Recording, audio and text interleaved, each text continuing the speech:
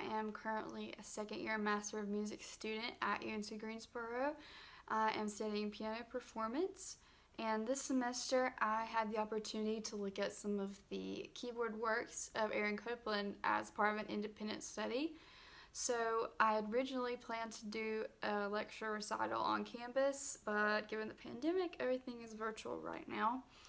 And I'd like to start out by giving you just a general overview of all of his keyboard works and then the duration, and put those in context in comparison to other composers at the time. And then I'd like to talk about some of his key influences. Why do we associate Copland with the American idiom? And then we're going to delve into the different style periods that he had and how that relates to his keyboard music. So thank you for watching, and I hope you learned something. Okay, so I became interested in this topic about 2 or 3 years ago. I was looking for something 20th century to play for my undergraduate recital, and my teacher recommended that I look into Copland's Passacaglia, and not a lot of people play it. I took it to a festival I went to a couple of summers ago, and the teachers that I studied it with, they were just surprised that I brought that in. They said, who chose this piece for you? Why are you studying this? I don't know, it was kind of strange to me that this piece or any of Copland's works for the piano are not played as often, and I wish that they weren't so underrated. I think they're really quality virtuosic works, and I think that they deserve to be equally as recognized as his other compositions. So I'd like to start out by outlining Copland's timeline. He lived 90 years, so there's only so much that I can't include everything in this timeline, but I'd like to focus on the highlights pertaining to his piano music, and then the overall development of his different style periods. So I'm kind of going to divide it into like early, middle, and late, sort of like we do for Beethoven. So the early years, I'm thinking that goes from 1900 to 1930.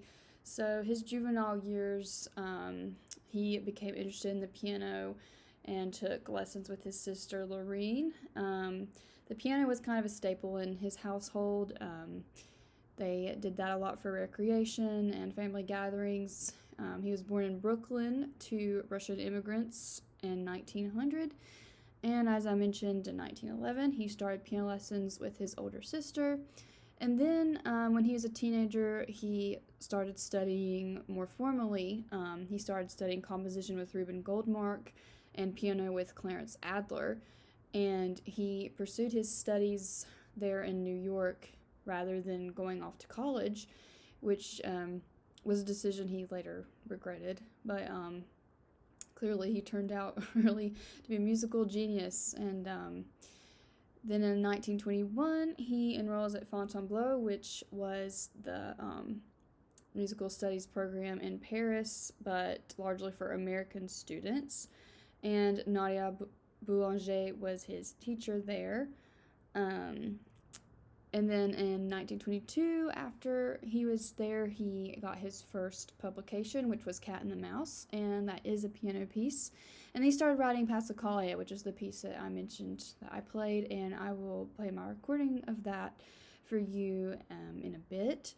And then 1925, he gets his first orchestral composition out. Now this was for organ and orchestra. And then 1927, another piano concerto, his first major piano performance, and he did play that. And then in 1930, he completed the piano variations. So then, 1930s and 1940s, when people think of Copland, I think that this is the period that comes to mind for them. The works like Appalachian Spring, Billy the Kid, all of that. This is that period, the americana, the popular music, the music for wide audiences.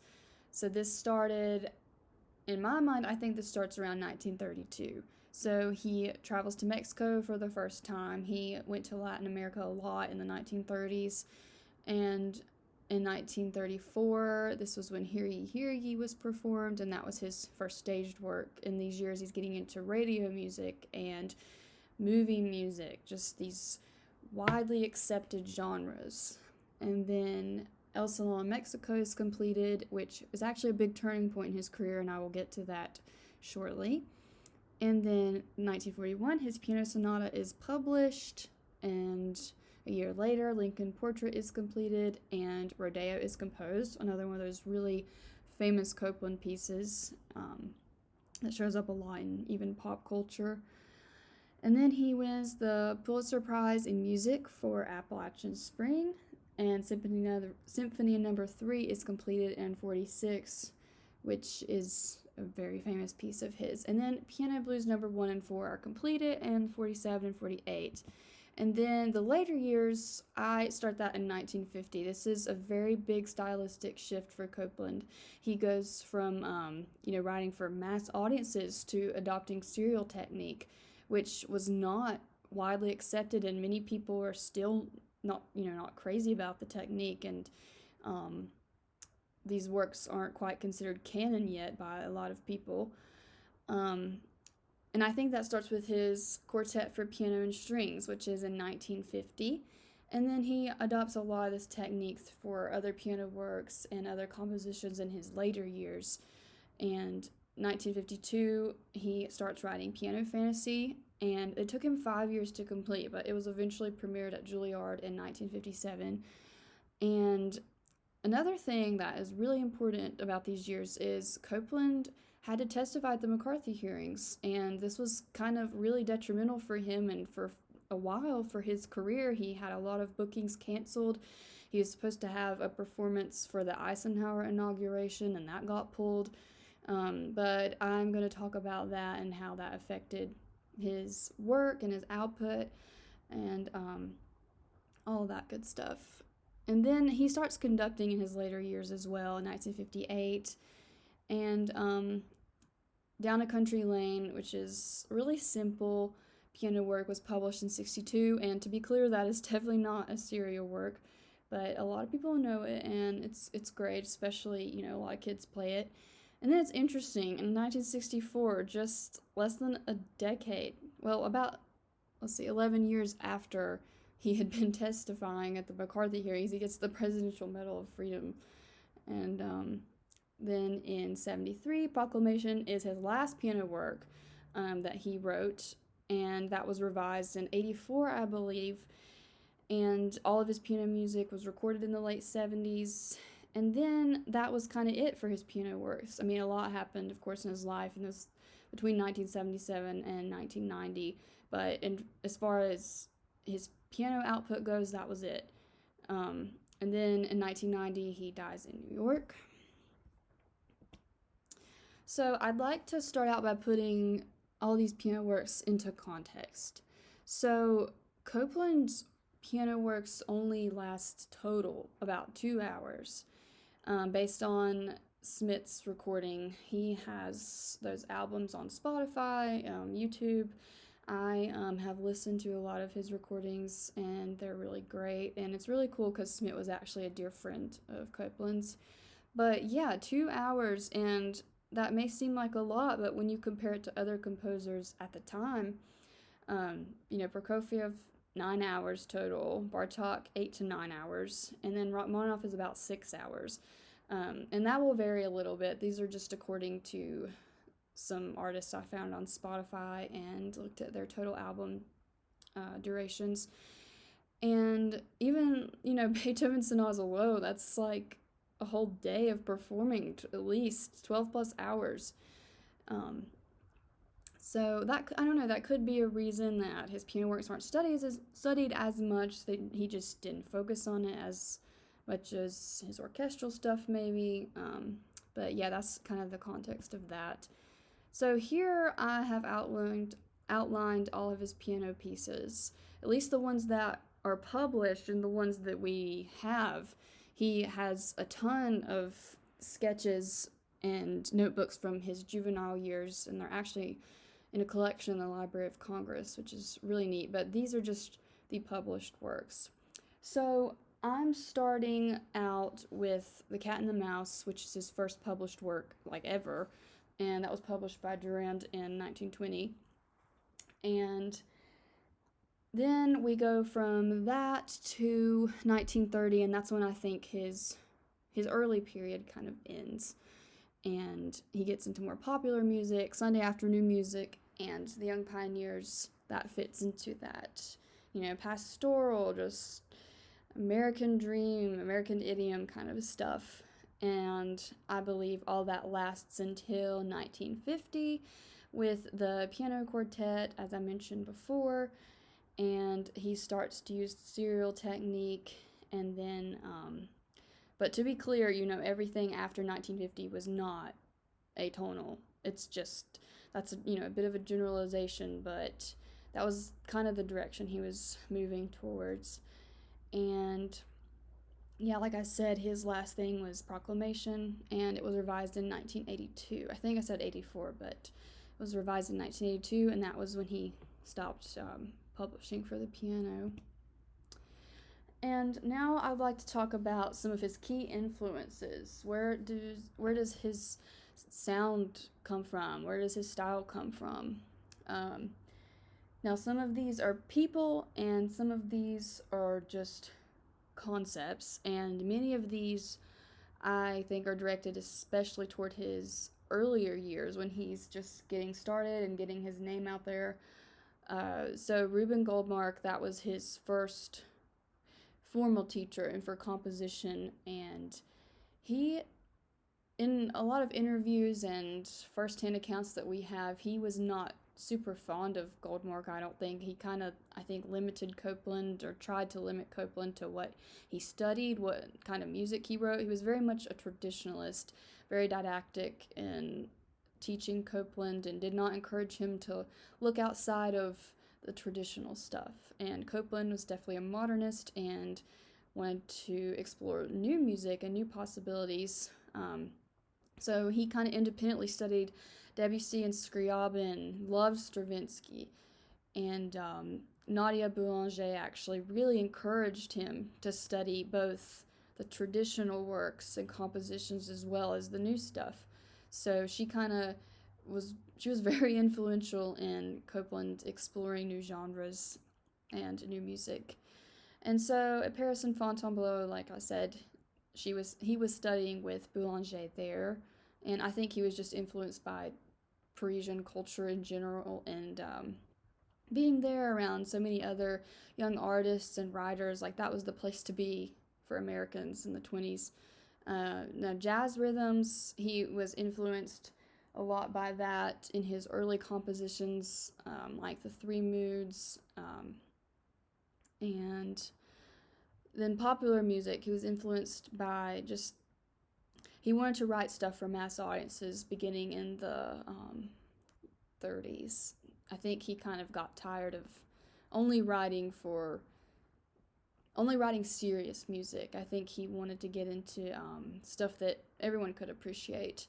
And then in the 50s, he gets into serial technique, and he was influenced by Schoenberg, which is interesting because at the beginning he thought serialism was ultimately un-American, and then he, I guess, discovered to him that this was actually a new possibility, and this was a way to refresh tonality and provide new direction for American music.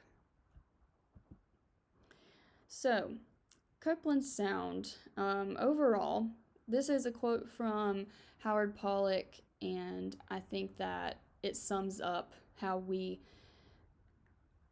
interpret Copland's music and what comes to mind when we think of him. So he says, Copland's style is now recognized as distinctly American. Although early in his career some regarded its jazzy urbanity as relatively exotic, it is derived less directly from such American predecessors as John Alden Carpenter and Henry Gilbert than from the popular music with which he grew up. The jazz he sought out in Paris and New York, examples set by Walt Whitman and others, and his keen observations of everyday life. His interest in developing a distinctively American style originated in part from an inclination towards national styles in general. He admitted a deep psychological need for listeners to find the note that makes music characteristically itself.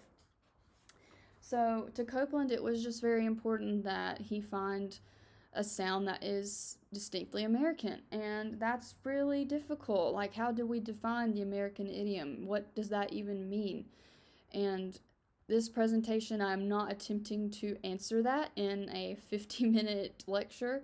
There's a lot to unpack there, and it gets very, very messy to try to define an American idiom, because in a nation founded by immigrants, what even, other than indigenous music, what really is truly American, like 100%. And then, especially in a melting pot society. And then it's also interesting because many would not peg Copland himself as a quote unquote traditional American. I mean, he was Jewish and he was a homosexual. So it's really interesting that we call him the Dean of American Composers for all of these reasons. But like I said, there's not enough time at all to try to answer that question, but just something to think about. So, 4 general style periods for Copland. Number 1, early jazz period.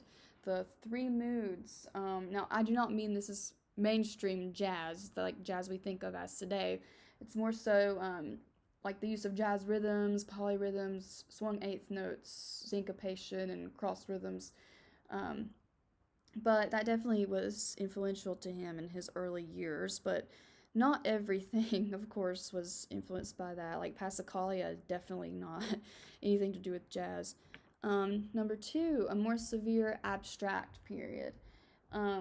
Stuff in this period is more acerbic, like piano variations.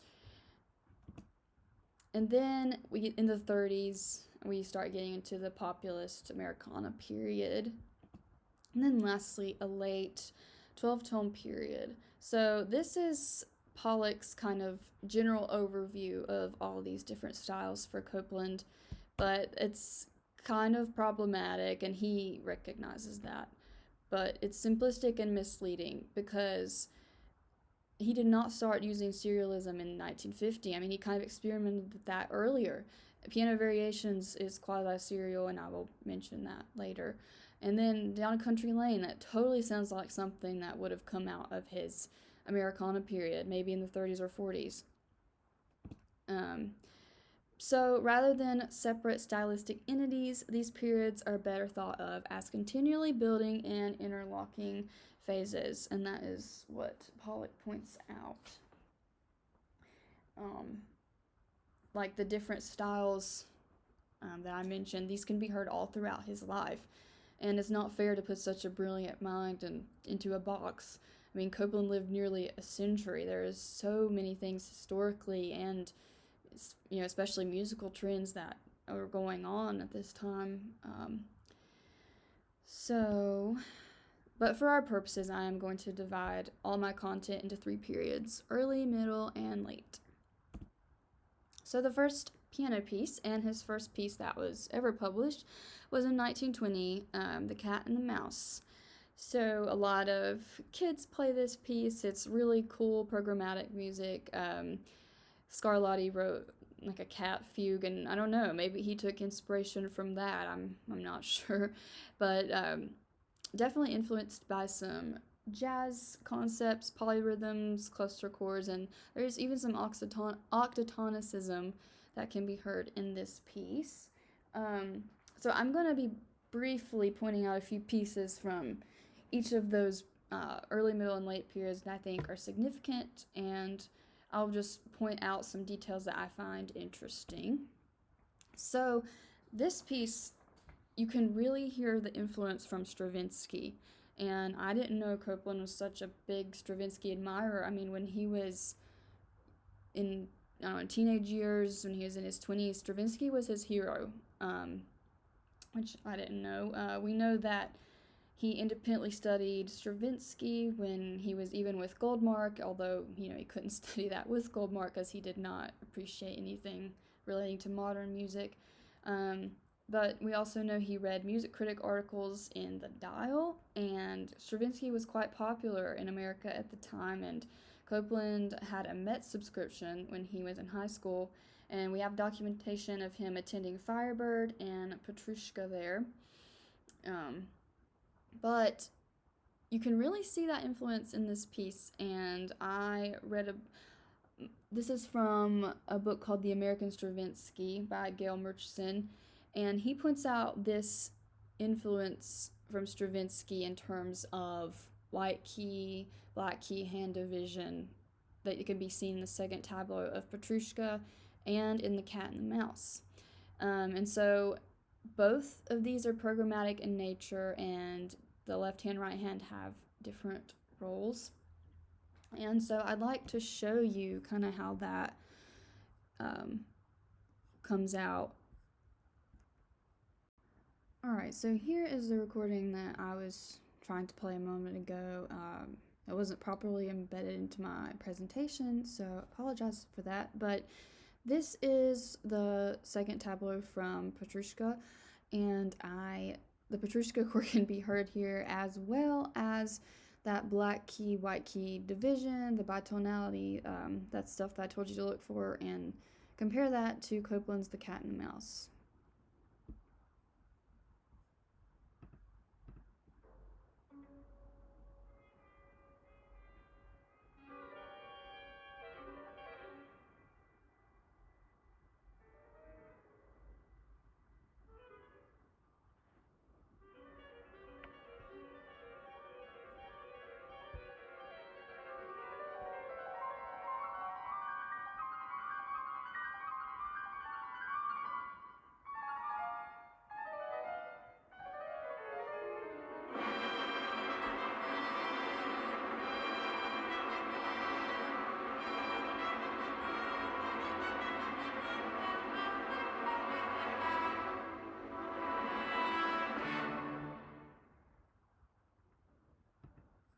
Okay, so now I'm going to pull up a recording of Cat and the Mouse.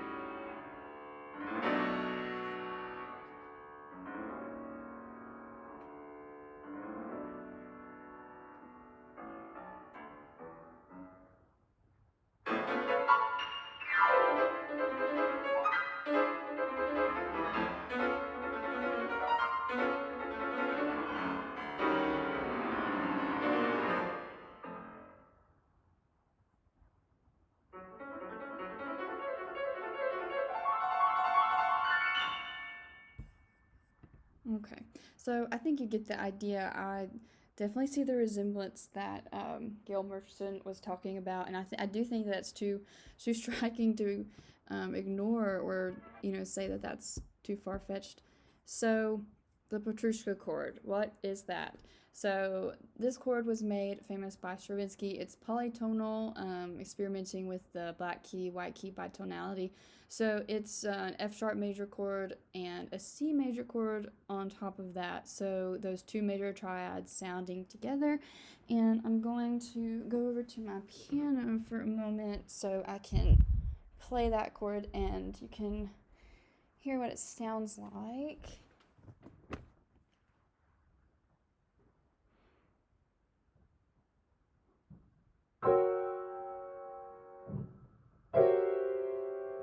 So that's the Petrushka chord. And interestingly enough, we kind of see a resemblance of that in Cat and the Mouse. So it's not exactly the same. Copland uses some enharmonics. So instead of the F sharp major chord, it's G flat, major chord, and then the C and E. So it doesn't have the complete C major triad, but they're still sounded together. You can still really hear the Petrushka chord, even though it's inharmonic, and then an incomplete C major triad. So I thought that was really, really interesting, and just solidifies that Copland was strongly influenced by Stravinsky, especially in his early years.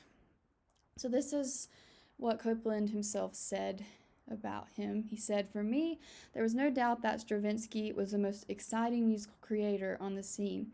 He was the hero of my student days, and I was relieved to hear at one of the Boulanger's classes that he composed at the piano as I had always done.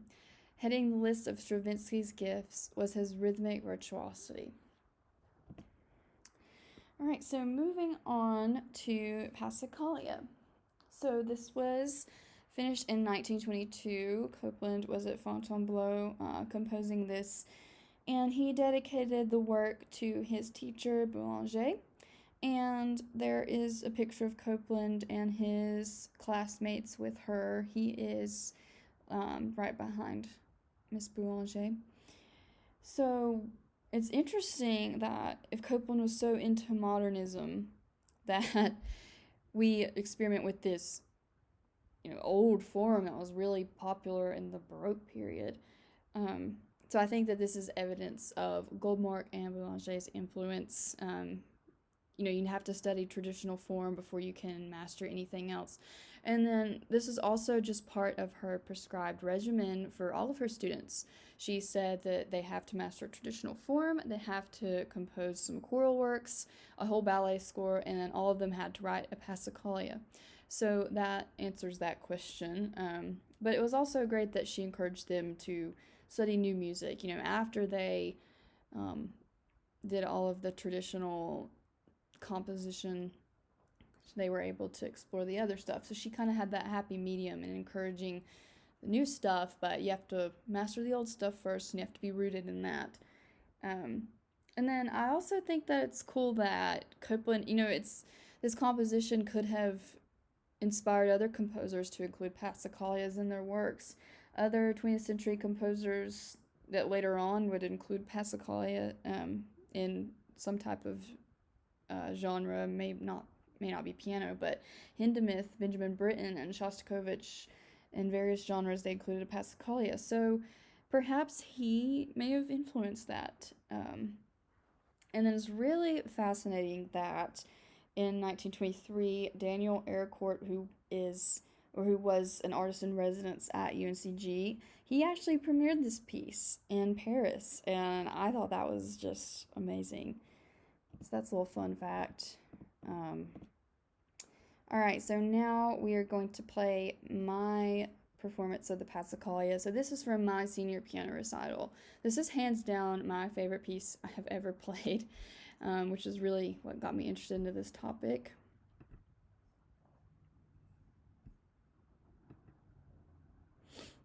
Try to skip through.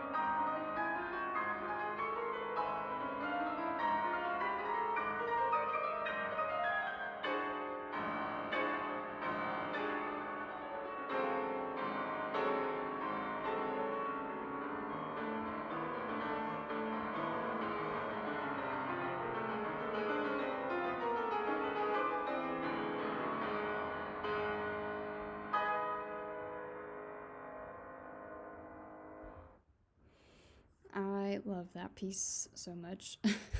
I it's funny. I read in an interview somewhere Copland said, "I've been told that my Passacaglia is hard to play," and yes, Mr. Copland, it is a hard piece to play, but I love it. I love all of the characters that are included in the piece. I should have mentioned this before, but the ground-based theme is 8 bars, and then there are actually 8 variations on that.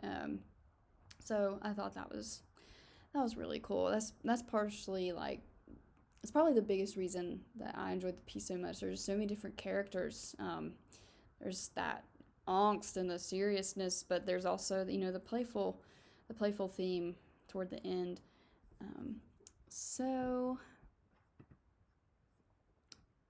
next is piano variations. So this was 1930, and this, when I said the more abstract period, this is definitely what I meant. The piano variations started a more, a period of austerity and seriousness that we didn't quite hear in some of the earlier jazz works, like Cat and the Mouse. So, this is an interview called A Self-Portrait that I found on YouTube, and I watched the whole thing. It's really great, and I'm gonna skip ahead to the part where he is talking about this piece.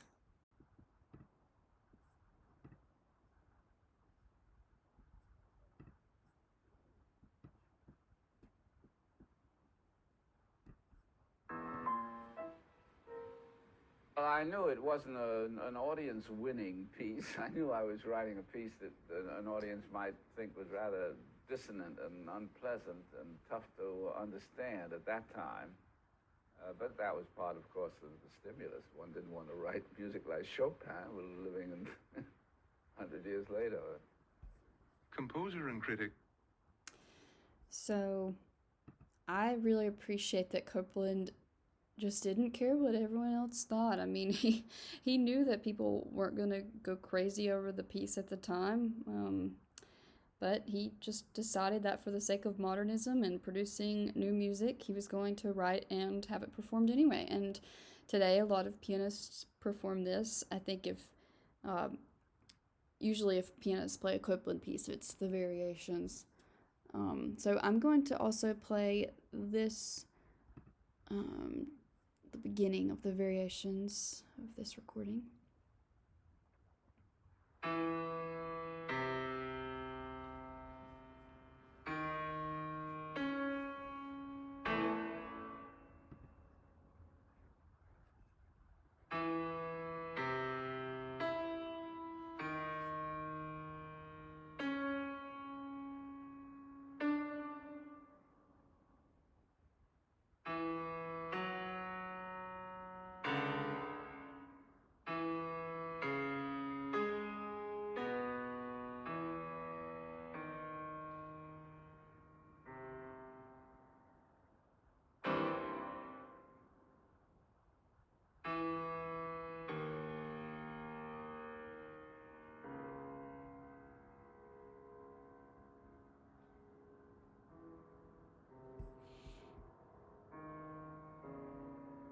Okay, and I'll stop it right there, but I do encourage you to listen to the whole thing if you haven't before.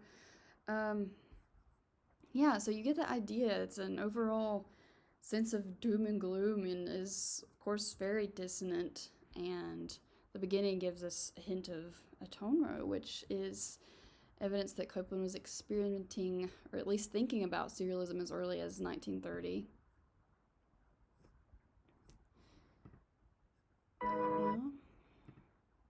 Okay, so the context of this piece, written during the Depression, at the peak of this really dark time for everyone, and I think that you can kind of hear that overall sense of doom and gloom, as I mentioned, and Pollock calls this piece a defiant howl of a piece.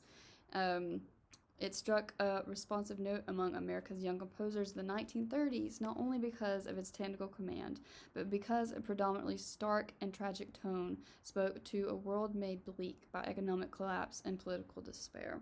And I definitely think that that's fair. I mean, pieces and songs, even pop music, they're always, a lot of times indicative of the context of the time period, and I think that's the case here. That overall sense of austerity and seriousness, very acerbic and bitter piece. But despite the largely negative reception, Copland was very proud of the piece. It was his first major piano work. He had done smaller things, but this was his first, I guess, more virtuosic and larger work. And he said, from the start, my first major piano piece, the piano variations, had a rightness. The piece flowed naturally and never seems to get stuck. And as I mentioned, I think that this is quasi-serial, and it shows that he was interested in serial technique as early as 1930. He said, it seems to me that the piano variations was the start of my interest in serial writing. Although it doesn't use all 12 tones, it does use 7, and it stays with them throughout in what I hope is a consistently logical way. Also, I wrote a song in 1927, recently republished under the title Poet's Song, which is quite 12-tony and shows that I was thinking in those terms then. Schoenberg's greater fame after the end of the last war and the continual talk and writing about the technique brought the whole matter to the front of my mind again.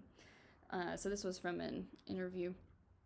And at the time, he was silent on any use of Schoenberg's technique. In the 50s, I believe, Julia Smith, she wrote a dissertation partially outlining analysis of a possible tone row in piano variations. Copland had not come out about any kind of use of that technique at the time, and even at the time, he was unwilling to talk about strict details of analysis when it came to his compositions. I mean, this interview that I just read that quotation from, that was from the 60s, and she ended up taking her analysis to Copland, and he said the technique was something like that. So, but now we know. So overall, the early period, it ranged from enthusiastic cheering to cordial applause to jeering sneers to catcalls and hisses, often all in the same performance. Especially rough reactions to the piano concerto and piano variations. And like I said, Copland just didn't care, and I absolutely love that about him. He said, I never left a concert hall or read a write-up and felt hurt because I wasn't being understood. I was rather brazen about it, thinking, those dumbbells, they'll see. Just give them time. And he was absolutely right. Alright, so moving on to the 30s and 40s. So Boulanger strongly encouraged Copland to find that American sound, to find the sense of nationalism, and she said she wanted them to become aware of their musical heritage and should therefore understand how their own music fitted into that tradition. And that's, like I said, after they had mastered the traditional forms and proven that they can, compose hard stuff first, and then they can go into modernism. So this was the music for the masses, Copland's middle period. And like I said, this middle period is the stuff that I think Copland is the most well-known for, like Appalachian Spring, Rodeo, Lincoln Portrait. And during this time, he didn't write a ton of music for solo piano, so I'm not going to spend a ton of time on this middle period. But to be clear, I do think that Copland's American idiom spans throughout his life. It's not just a single period. Copland is the dean of American composers, as we refer to him, and that spans throughout his whole life, really. But I think that this is the time when he was really striving to connect with larger audiences.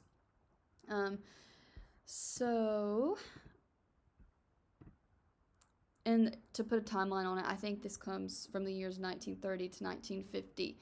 So he took a lot of inspiration from folk and patriotic melodies, trying to put these kind of pastoral tropes and this idea of the American dream into music. The Neil Lerner referred to this as music of wide open spaces. But interestingly enough, he also took interest in Mexican folk idioms. Copland traveled a lot to Latin America, especially in the 1930s. At this time, FDR's good neighbor policy was in play. He was trying to improve relations south of the border, and Copland actually was sponsored by the Department of State to visit Latin America. So this was, again, indicative of what was going on at the time and the political and diplomatic relations going on. So El Sol in Mexico was largely a turning point in Copland's sound. It was later written as a piano piece because his publishers realized, well, this has made a lot of money. Let's try to make some more money on arranging it as a solo piece. And this also reflects Copland's belief in national identities. Instead of trying to write something that just sounded American, he was trying to identify with those Latin American musical themes. But it was a huge success, and let's see. I'm including the piano edition of this work because it represents his overall efforts of the style period and it has historical significance. But to be clear, this was an orchestral piece, and it shows the emergence of a popular front in American politics. So I will play a short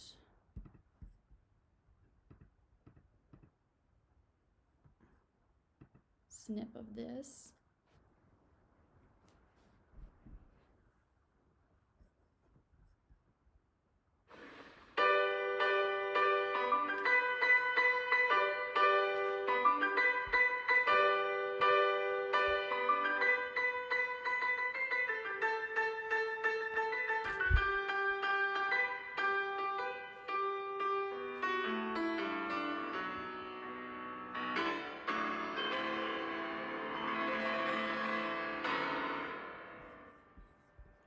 This is such a fun piece. I wish I had time to play all of it, but yeah, I encourage you to listen to both the orchestral and the rest of the solo piano version.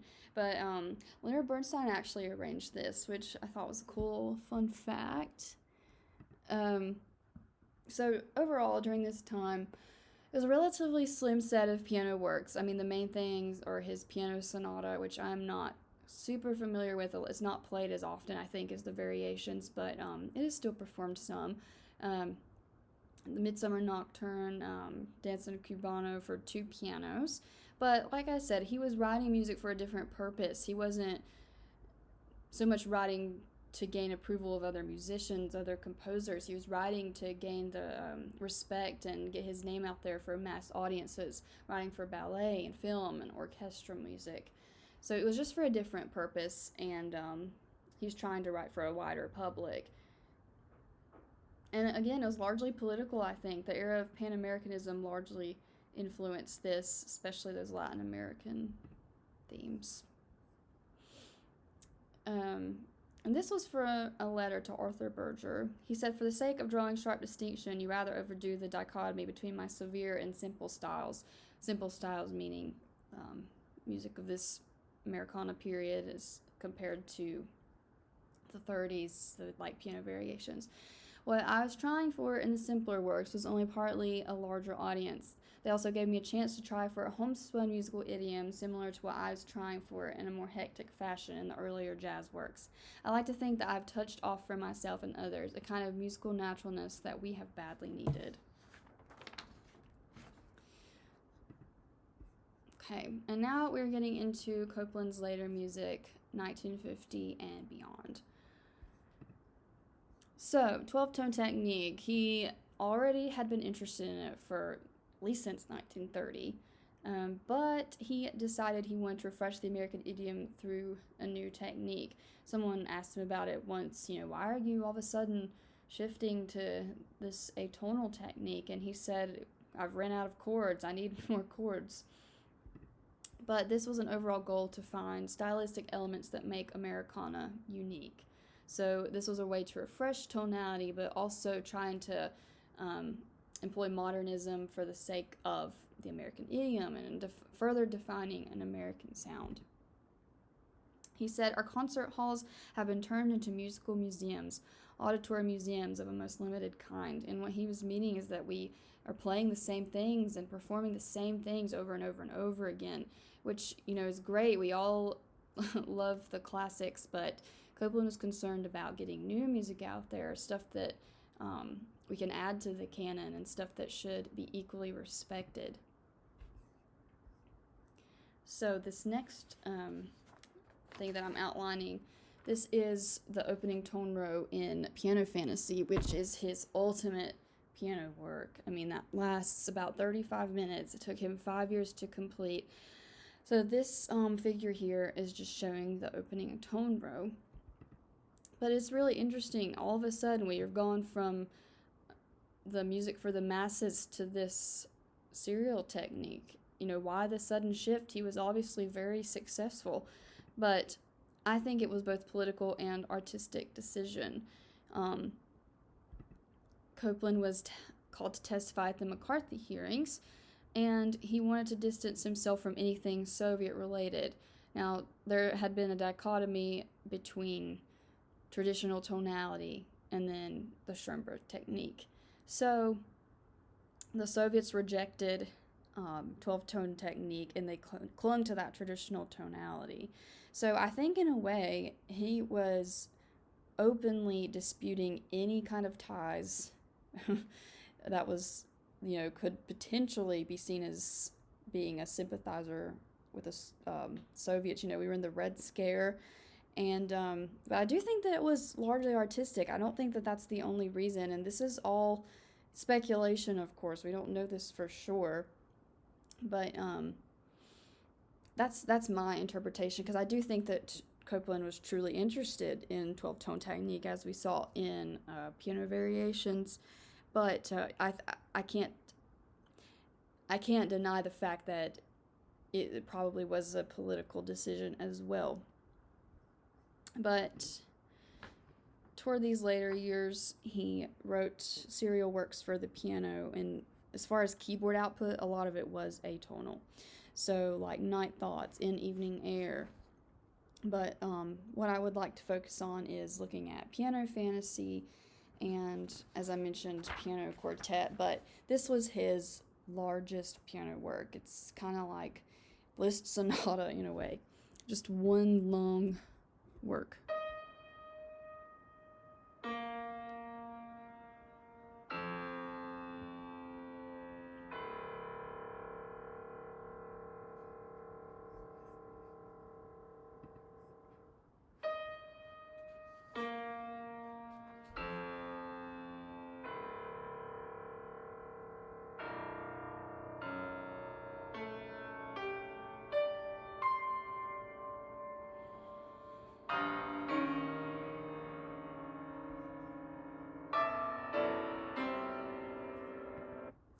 So yeah, you get the idea again. It's 31 minutes long.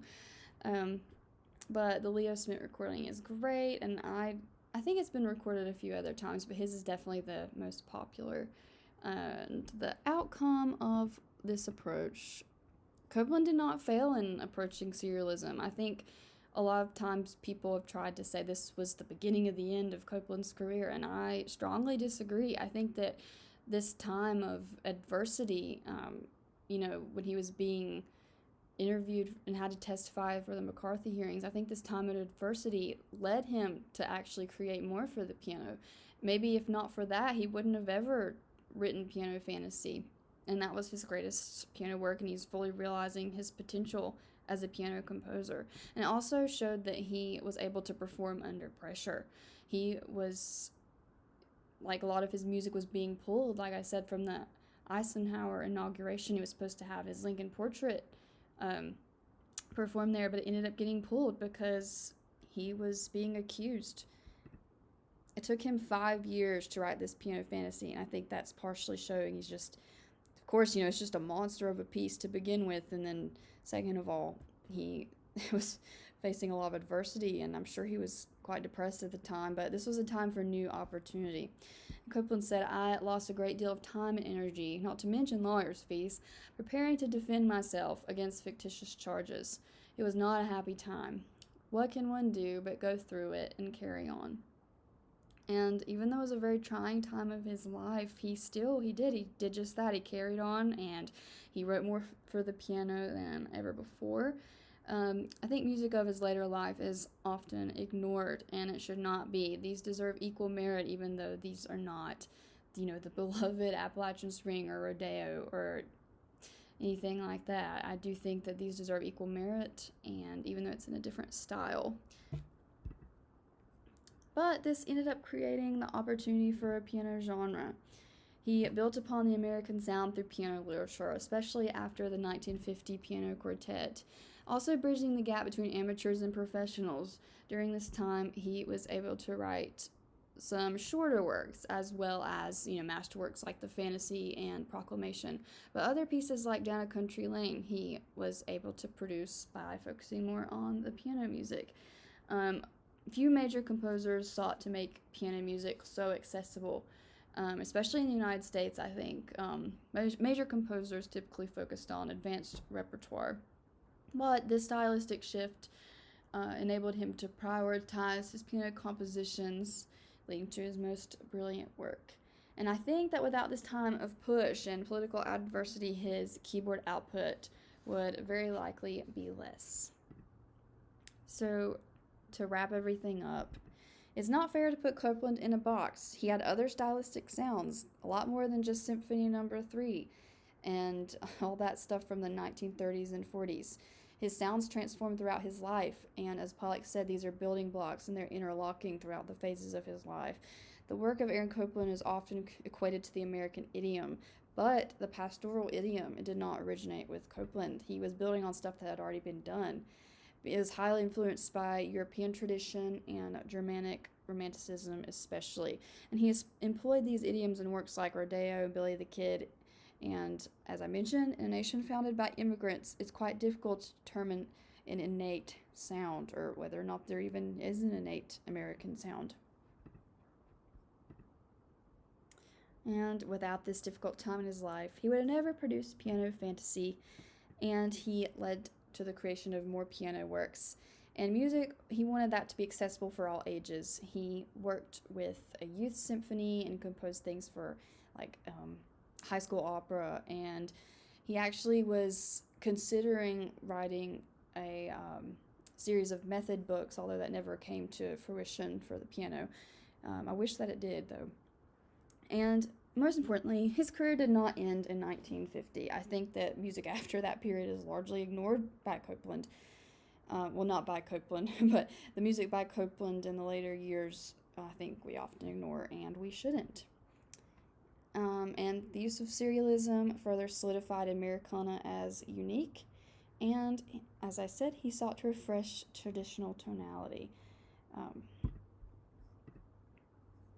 So these works deserve equal merit, especially his piano works. Even though the output is a lot smaller than his other stuff, consisting only about 2 hours, I think that we should make all of his piano works canon, and they should be performed more often. And he should be celebrated and remembered for all of his style periods. So thank you so much for watching again.